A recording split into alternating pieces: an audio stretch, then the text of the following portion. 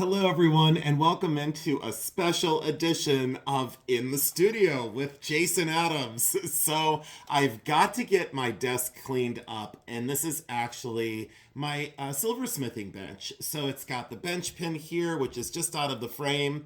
And I was going to go camera up and show you like my whole thing, like my face and everything, but I really want you to get in on what we're going to work on today. So, I had this commission set out on my desk, and this is the Victoria stone that I bought at the gem show, and I forgot to welcome all of you in, so thank you so much for joining into this video. A lot of times silversmithing videos and how to make something don't get monstrous views. I'm not worried about that. I really don't care. I actually have to create the videos that I feel motivated to do. And speaking of motivation, I was going to work on this pendant on film, but it's very late at night tonight. I do have some major plans tomorrow to go away just for a couple hours with my dear friend. So and Jeremy's back from Texas. I forgot to tell you all that as well. So I had a really full day today, but this is the Dr. Amori Victoria stone that was actually a commission, and my friend June would like me to make a pendant for her. So that is laid out on the desk, and I actually started the bezel, which is off camera that way. So you could see how much of a wreck this is, but please stay tuned because I am making parts and components. These are all little fine silver wires that I'm making for some of my sterling silver flowers, because I am going to get back into making the sterling silver flowers. The bench is completely a mess, and if you haven't seen the video on the Twiggy squirrel pendant that I made for the water skiing squirrel Twiggy, the world famous Twiggy, I'm his biggest fan, and I made the mother of Twiggy a sterling silver pendant, and that was the cutout remaining of that, so that'll be scrapped and melted down.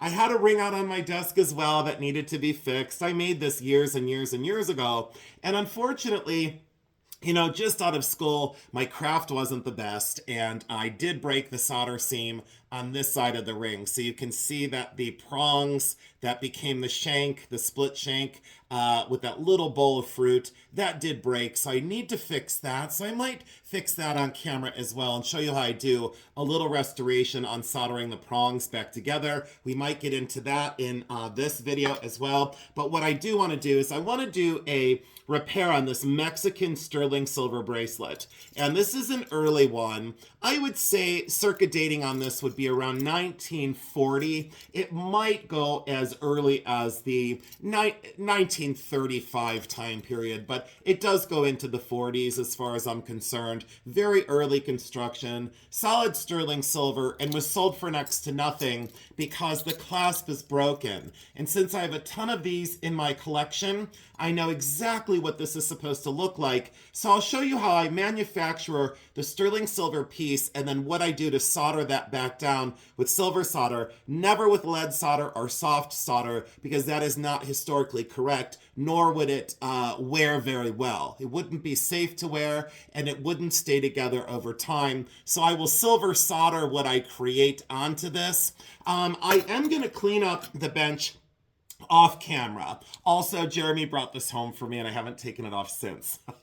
It's this amazing Mexican sterling silver and onyx bracelet, and oh wow, he did so well in Texas. He actually sent me photographs from the antique shops in Texas, and he went down to Texas for the coffee symposium. He had an amazing time. He's got tons of content for his channel, tons of information to go over, so stay tuned to Bully Run Coffee as well. And I wanted to tell you, look at this. Someone had said that they aren't reproducing butterfly wing jewelry. Well, they're not, but I most certainly am starting a new line of butterfly wing jewelry. So this was a dish, and let me see if I can get this back open. This was a dish, and I actually, I keep the glass over it to protect the butterfly wings, but look at those for blue morpho butterfly wings.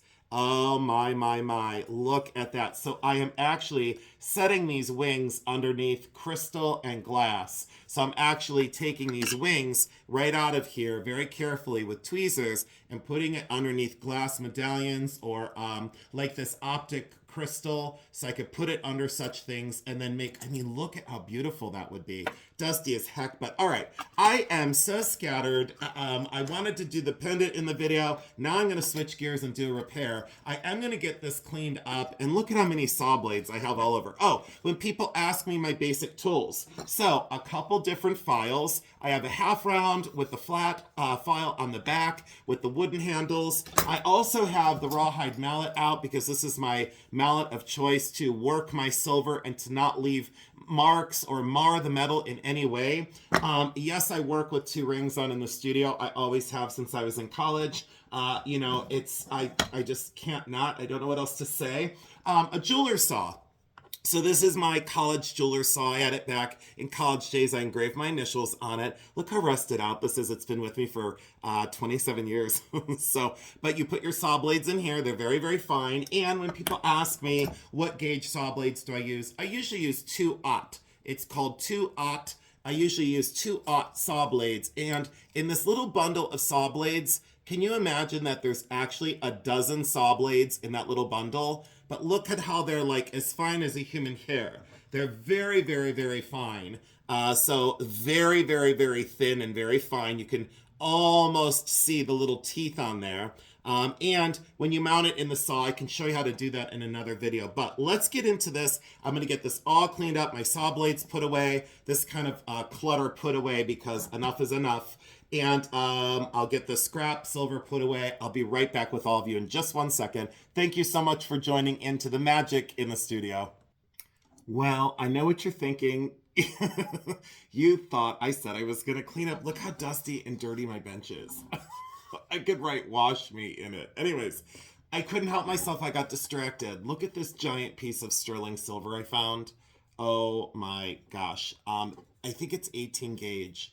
18 gauge, and it's this giant piece of sterling silver just screaming at me to make something fabulous. So anyways, I found 2 sheets of that. Oh, and then when you ask me how I organize my parts and components, this has been with me for a long time. These were like college projects that I never really got to because I would scrounge like junk bins. So there's like loose stones, loose components, old pieces and parts, shells, leopard skin jasper, cabochons, old Victorian pieces, lucite from the 50s, probably some crystals and who knows what. But anyways, I have many, many, many of those. And then also a little treat that you can see is all my cutoffs from my projects over the years. Look at how much I have, and I put the Twiggy cutoff in there, but you can see all the projects that I once started working on, and then I gave up, like this old matchbox I was going to use for silver, and some of the bangle bracelets and a cutoff spoon from somebody else's project at school. And then like I started to solder things together, and then I said, no, I don't like the form, I'm going to stop. I was going to do a stone setting in this one, very modernist, and make a brooch out of it. But you can see that like there's all my pieces and parts and components and tons of jump rings and useful parts, but I keep all my cutoffs, and I cleaned my desk off, and that's how much sterling I found at it. And this is a sterling silver tray, but I've cut these apart to make jewelry out of over the years. If they're dented and really messed up, it always saved me money back in the day. You should see how dirty my hands are. Oh my God, they're filthy. But again, you know, there's a lot of disarray on the bench, and it will get cleaned over time. So don't freak out on that. This is just a really rough repair. So this is what we're going to fix. So basically what I do is I take a little caliper and I measure this. So to start the whole process, just so everybody knows how this goes, I'll just use my tiny little calipers because these are fine. This is good enough for the job. Some old cat hair on it, of course. And if you see orbs tonight, it's just dust. So what I do is I set the calipers to the width of this. So I open them up with this little screw here, and I screw it down as tight as I can get it. Just so that you can see that it's as wide as that original hook that would have been made. Okay, so let me then score a piece of silver. Let's just grab this and think if this is long enough and thick enough. Yes, this would be the same gauge. So what I'm saying gauge-wise, it's the width of the sterling silver, okay? So that is the same width as that original that did break off. Now, some people would say, don't you want to do it a little heavier?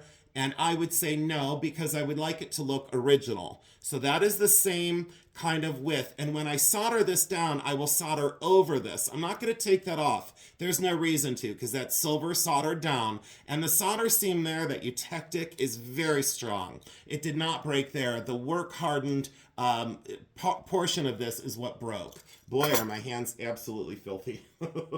That's because, well, another thing is I was doing casting at some point, and there's like this film of burnt cuttlebone because I did have to cast a piece for a client. Anyways, so we'll take this and we'll just do it. We'll just score the metal the same thickness as what was there originally. Then what I'll do is I'll take my jeweler saw off camera and I'll cut that straight line that I just scored onto the metal, because that technically is going to be the same thickness of what was once there. Okay, so line it up and just see and say to yourself, is that the thickness that it needs to be? And the answer is yes. Let's line it up right there. There you go. So I'm just going to cut straight across that. Hopefully you can see that. And then this will be formed into the hook. You'll see what I'm going to do. Just trust my judgment. I've done this so many times. There's the scored line. Let me cut it off camera with my jeweler saw. Then we're going to solder it down and form it into a hook and make a clasp for this awesome bracelet. So I took my jeweler saw and I cut through that tiny little thin piece of silver. I did line it up on the end there, and it is an exact match for the width of that to be. Let's get it on there. That's the exact match right there. So I'll sand this down a little bit. I'll file down the edges, and I usually do this off camera, but the file that I use is this one, and then it only cuts in one direction. So I'm just holding that little piece of silver and I'm going right across it to get that raw edge off where I sawed it. And thank you again so much for joining in. And you wonder why there's so much dust all over? That's because there's silver dust, there's gold dust, there's platinum dust, there's copper dust. Then I take off this little edge as well. So I go right across that. Now, normally I would rest my hands on this bench. So I'm just trying to get this in the camera for you. Again, the file only cuts in one direction, okay? So don't go like this back and forth like a nail file. Just go in one direction. It cuts in this direction away from you. You can hear it cutting the metal. That's getting rid of that kind of burr on the edge and makes a very nice soft edge on both sides. And let's do this so that, boy, am I rusty. So I'm like these tools. I'm a rusty mess. That's another thing is for maintenance on your tools. Please keep them on a damp environment and keep them from getting wet as you use them. So there you go. I kind of filed that down. I can sand it with wet dry sandpaper. Let me grab a piece of that while I'm thinking of it. And what I always do is I just do it right here because I do everything right here. And don't worry about it. Let me wet this piece of wet dry sandpaper. So I'll get my lucky Taco Bell cup over here with some water. And then what I do is basically just get that raw edge off. And I hope this is helpful. And the sandpaper does cut in both directions. So you just kind of move that back and forth. Sorry to jostle the camera on all of you, but you'll hear it when it's done. You won't hear much of it sanding anymore, but you can hear that it's getting rid of that rough edge. So there you go on that. So that sounds a whole lot better and a whole lot more smooth. You can check it with your hand as well. Feels very, very smooth. I like it. I like that edge because I'd rather do this while this is flat, okay? I would rather do this while this is flat, and I just kind of go across that rounded edge that I just created. And I know a lot of you are like, now why are you making a little popsicle-shaped piece? Like, what's going on, Jason? Well, I'll tell you exactly what's going on. So the hook on this always, on the Mexican silver bracelets, they always kind of have like a graceful bend, and then they curl up, and then they curl again on themselves. It's always the same thing. So what I could do is I could take my pliers now, and I may as well do it, and show you what I'm speaking of. So just make a kind of graceful curve. I guess what you can do for assistance, I just do it with my hand because I'm used to it, but just make a graceful curve with a dowel rod. So wrap that around there, and don't get too carried away with excess on this one end. So I kind of just wrapped it there. It's a little long here, but basically then what you do is so there's, I'll show you what I'm doing. Instead of just do it, I'll show you. So I just made that kind of U-shaped piece with my dirty old little phalanges. Oh, look how technical I got, phalanges. So I'm going to take these rounded pliers, these very rounded needle nose pliers that have been with me for a long time. Now they make these in different shapes. I particularly like to use these to make that soft and graceful kind of curve at the end. So then what I do is I just grab the very, very end of it and I start to twirl that up. See how that starts to form this graceful curve? I really like graceful lines when you're forming silver. I just look like I was in an orchestra. So someone said in one of my videos, "Are you a hand model?" And I'm like, no, no, but I should be. Thanks for the reminder. Let's see here. So let me push this down a little bit and curve it in. This is basically what they look like in the vintage pieces, and it's so funny because when I do these restorations, the people that I do them for go, "Hey, wait, that looks exactly like what was on there." And I go, yeah, yeah, it does, doesn't it? So there's what I did. I just worked the magic of that graceful profile. You know, is it the best? No. Is it good for now? Yes. I can fine tune it later. But see how that extends down here to give me a nice platform to solder that down onto? So there you go. See how I tapered that edge and I filed it down before we got it in there? I can straighten that out a little bit more, but that's a really good start on what we're looking at. But you see the profile there, and that is going to be our clasp for this bracelet. Now, before you get too far ahead of yourself and then frustrated because it didn't work, I've been at this a long time. So you just line this up and see like what this would basically look like, okay? So see how that looks like the original there? See like how that is, it fits the profile. See how much more excess we have here? It is okay to leave that there to solder that down. I will make this a little bit smaller. Okay, so I'll cut more of this off camera. I'll make this a little smaller and smooth that down, and I'll put the cutoff in my scrap bin. You should see the small pieces of silver I saved, and thank God I did. When I was buying these silver pieces and gallery wire and flat sheet, silver was at $3 an ounce.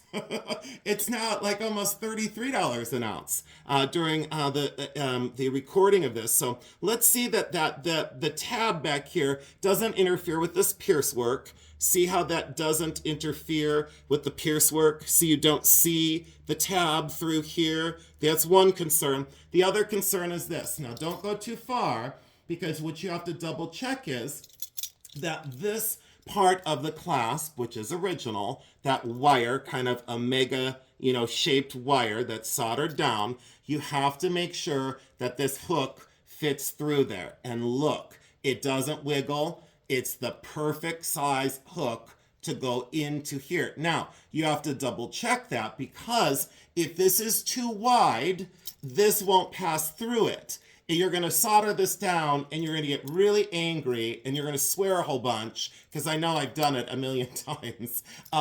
You want to make sure that this goes through here. See what I'm saying? If this was too wide, width-wise, and gauge-wise, this wouldn't pass through. Enough of a lecture series. Let's get this trimmed down. I'll take you over to the solder pad. We'll get it soldered down. I'll show you how to re-oxidize the whole thing, because this will change color over time. So we'll use silver black, we'll re-oxidize the whole piece, and we'll get it cleaned up, okay? Look at how fabulous that is. We have to fight to keep this. Look how good the two would look together. Maybe, just maybe, I won't sell this one. Maybe, oh, maybe I'll keep it. So, I don't know. I'll probably sell it, though. I don't need it. So, let's do this. Let's get this soldered down. And yeah, that's going to look absolutely beautiful where we solder that down. Be right back. Oh, it didn't pause.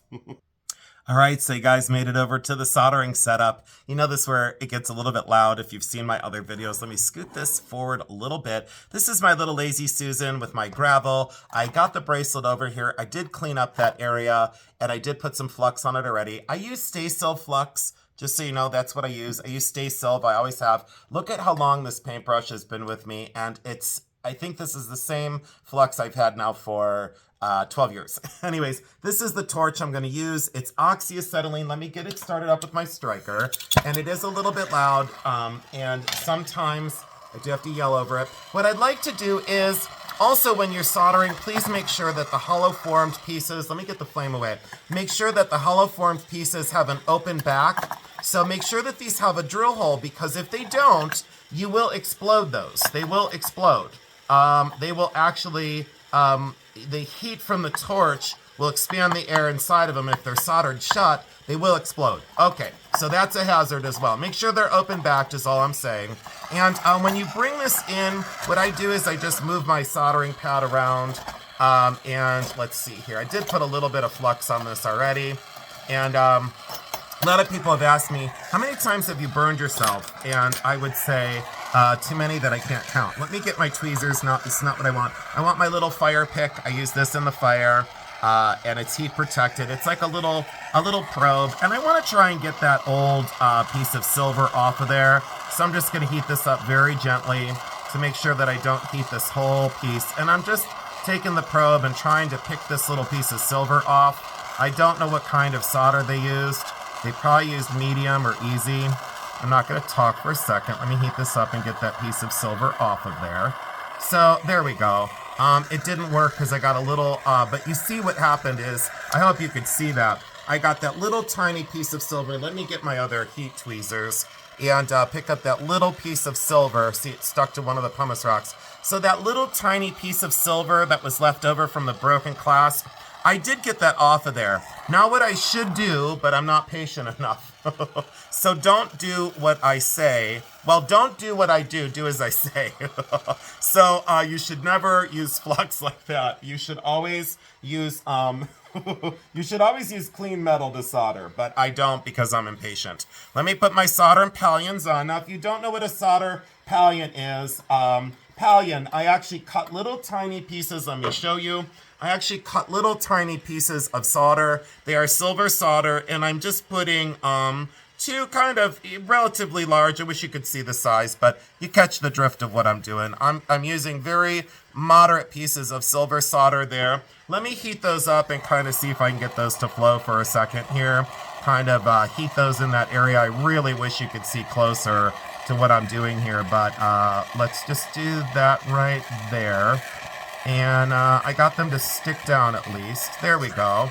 And I don't want them to really flow too much, okay? That's good. Okay, so what I did is, don't worry about the color of the metal. That's going to get remedied when we oxidize it. But see, I got those two little pieces of silver there. Let me quench this in water. So I just threw that into my water. And let me show you up close. So I flowed the solder, the silver solder there, where I'm going to stick the clasp down to. Let me get this cleaned up because that is going to be simply too dirty. So I'm going to have to sand this down off camera. I'll get this cleaned up. We'll get back in here and I'll solder down that hook that we made together. And then I'll show you the finished product and we'll have the bracelet back together. Never be alarmed by what happens with that silver because that's just oxidation. That is solid sterling. Of course, people are like, is that copper? Is that brass? No, that's what happens with silver when you heat it. So don't be worried about that. We'll address that in a little bit. We'll get that cleaned up. Let me get this sanded down, cleaned up. Let me get the other solder that kind of leached over to this other surface. And let me throw this away because that's that little broken clasp. Let me quench that in water so I can put it in my hand and show you. So you can see there, see it's just that little broken piece of silver. We'll throw that away because that's got solder all over it. Actually, I will put it in, it's this one. So I have this one for scrap silver that has solder on it because it needs to be re-alloyed to be silver again. The ring, I guess we could solder this while we're on camera too. Actually, we could save that for another video because I'm running 25 minutes in and I really thought I'd be done already. All right, let me get this cleaned up. I'll be right back. All right, so I'm back with incredibly dirty hands. So I clean this up with some sandpaper, about 400 wet dry, and that's the sandpaper residue all over me. Anyways, don't care about it. See that that's where the solder is, that I kind of saved that little bead of solder. The reason why I did that is I have restored these now for I don't even know now, probably 30 years, because in school, in college, I was doing that. I did sand that down a little bit so I could show you that that's solid sterling silver. I didn't get too carried away, but you could see where that, took 2 seconds to get that oxidation off. I'm going to solder it right here. So I'm going to put this back down, and here's the hook that we made together, and then you have to solder it. Now remember, got to solder it upside down so it works. You can't solder it this way. So don't solder it this way because that's not the way it goes. Solder it down this way, which is reverse, so that the hook is the right side up when you bring it up. So also, someone had asked me, other silversmiths that have been doing it longer than me, they go, now, aren't you afraid to reflow the solder on this, and this? There's like 6 pieces because this ball is soldered to rope. The rope is soldered to the panel, and then all 4 of the raindrops are soldered down. And they say, well, aren't you afraid to reflow that solder and have all that fall off? And I go, no. So from experience, it's not arrogance, it's experience. It's because I've just done it different. Now let me figure out how I'm going to position this. Give me one moment of quiet. I'm sure most people are thrilled with my moments of quiet. Let's see here. All right, we're going to go with it that way right there. All right, so I'm going to put that off to the side. Now, what I am going to do is, you can see that the metal is very clean. I'm going to put some flux on the little tab where the solder is going to go. So on that side, see, on the side where the hook will lay down. I'm going to put a touch of flux. I hope I said flux instead of solder, but this is flux. And I fluxed this side, and I'm going to flux that where I put that. Now, people say, what's the purpose of flux? Keeps the metal clean, and it provides the solder to flow and to create a very strong eutectic with both sides of the metal. Now, it's just sitting on there for right now. I like the position of that. I'm probably going to, when I go to solder it down, I'm probably going to scoot it forward just a little bit. Now, there's a lot of people that use wire to band these things together, and an armature, this steel armature. I don't do it. I never did it. It was never comfortable to me. And the reason why is it's in the way. And technically, after 30 years of doing this, it feels like 4 lifetimes. But after doing this for so long, I just put the piece in place very quickly. I know it's very strange to most people, but this is the way I do it. You can do it however you like. But I don't ever let anyone lecture me about, well, you're not doing it right. I say, you do you, I do me, don't worry about it. And if my repairs look as good as they do, don't be worried about how I get there. That's like addition, and all mathematical things. Let me do it my way, my way's the right way, because it's been the way. Now, you see what I did? I solved the problem with the position of the bracelet. I'm not going to get into what I do. I just do it because that's what I do. I'm going to heat up both pieces whoops, that's way too hot. Hold on, guys. That flame was way too hot. Give me one moment. Get this restarted. Give me 1 sec. Oh, nope. Hold on. Okay, there we go. Now let's do this. Nope. See, it's very fidgety tonight. Okay, there we go. Now let's leave it right there. Hold on. Okay. That's good. So that's the kind of tip that I use. Just so you know, that little blue cone is the hottest part, okay? Just so you're aware, the little blue tip is very, very, very, very, very hot. So let me get this evenly heated. And then I heat this little hook as well. See what I'm doing? I'm heating the hook. I'm heating this. Let me get my probe out of the way. Let me move this completely out of the way. That was a no-no. I don't like it being in there at all. In case I have to grab it, I don't want the handle to be heated up at all. See how the color change is going on that? Most silversmiths won't show you on their videos, but that's about the red you want to see for solder. And then I just kind of move this over, and I wait until I'm ready, until the metal is ready, and it is ready. And the solder will flow here in just a second.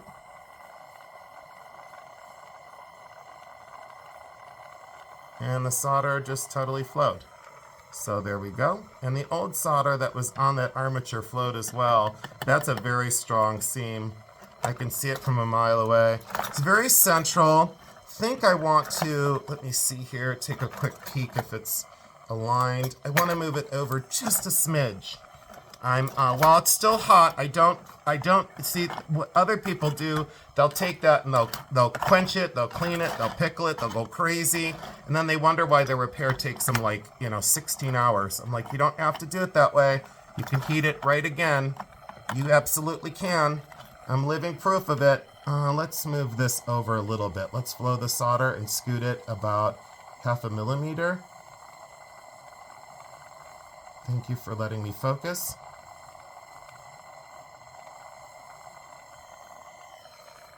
Let's see what that looks like. Aha! That looks really good. Let me make sure I like it before. Let's see here. It's kind of a little bit off center. Let's move it over. I'm going to move it over one more time, and then we're going to call it. We're not going to push our luck. But other people are like, are you sure you want to do that? And I'm like, I'm sure. As my tweezers get super, super warm. Let's make sure I'm moving it in the right direction. There we go. Triple check. What do they say? Measure 3 times, cut once. Isn't that what they say?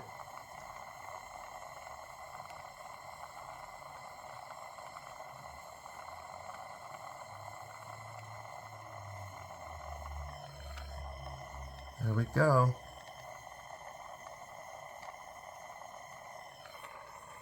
I think that's probably going to do it. Oh my gosh, it's beautiful.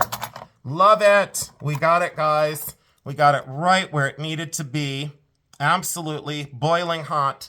And I didn't want to heat it too much more than that because I don't want, hold on, I'm going to quench it.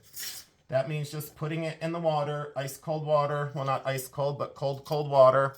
Now I can handle it. And let's see here. Yeah, it is absolutely totally centered right where it needs to be. Absolutely gorgeous. And look at that solder seam, so flush and so flush. Look how much more of a tab I have on there now. And the thickness of that is not going to break for at least another, I don't know, 2 lifetimes. And look how elegant. So let's do this and let's see how it works. Oh, look at that. Now we've got our hook style clasp. Now you can bend this a little bit down like I just did, but you can form this to the wrist. See how I just formed that? I pushed it down a little bit. Now look how easy that is. Look, easy on, easy off. Easy on, easy off. Check that out. So there you go. There's like replacing a clasp on a Mexican bracelet. Sorry that it took me over 30 minutes. Normally those take me about, I don't know, if I wasn't talking or doing a tutorial, probably takes me all of about 12 minutes. So there you go. 30 minutes that it should only take 12. Let me go clean this up and I'll oxidize this in silver black. And yeah, and then I'll show you the end result. But only the one link changed color. Wait to see how I color match this. All right, so I'll pause you there and I'll do the cleanup and I'll bring it right back because I just got to lightly polish this with a light abrasive and I'll bring it back and show you what we've got. Thank you so much for waiting for me. I had, you wouldn't believe how many phone calls I had in between. See how this cleans up. So now you're going to say, now why is it paper white? I've covered that with you before. When you heat sterling silver, the fine silver raises to the surface. So this is a normal occurrence. I did put this in the pickle pot, which is a crock pot filled with pickle solution.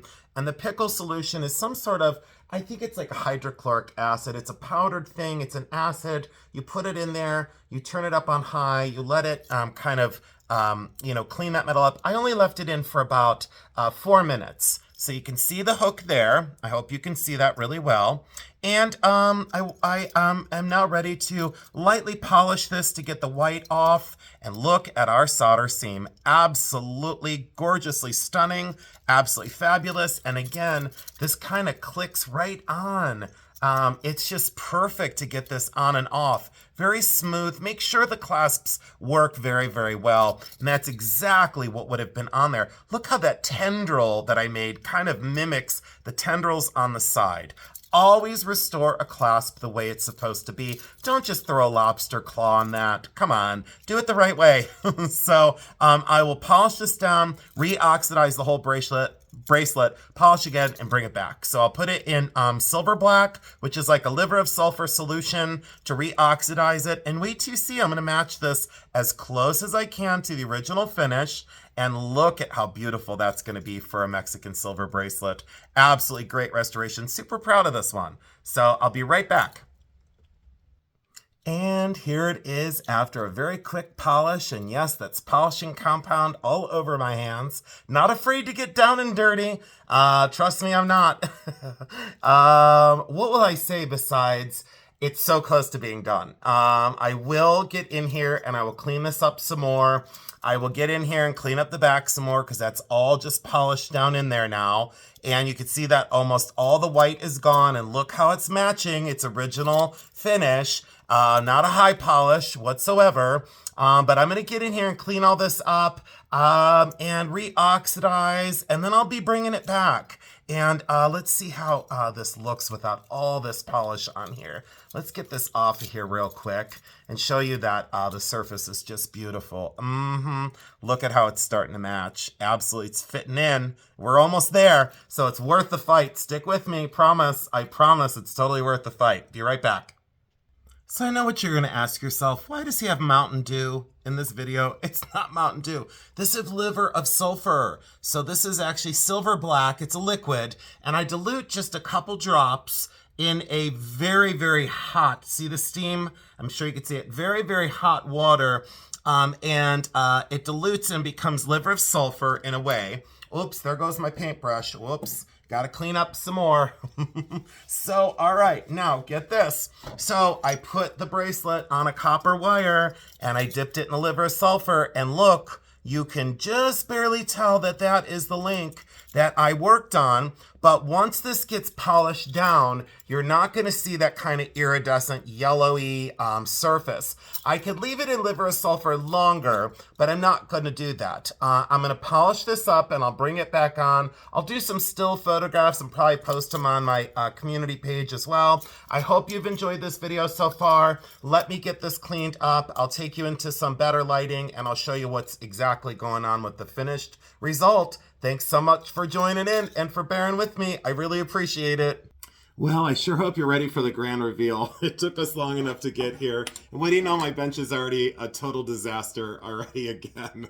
So look at what came out. Absolutely wonderful. Let me close off the ends and say, which is the end that I fixed? Which is the end that I fixed? Can you tell which is the end that I fixed? Let's take a look here.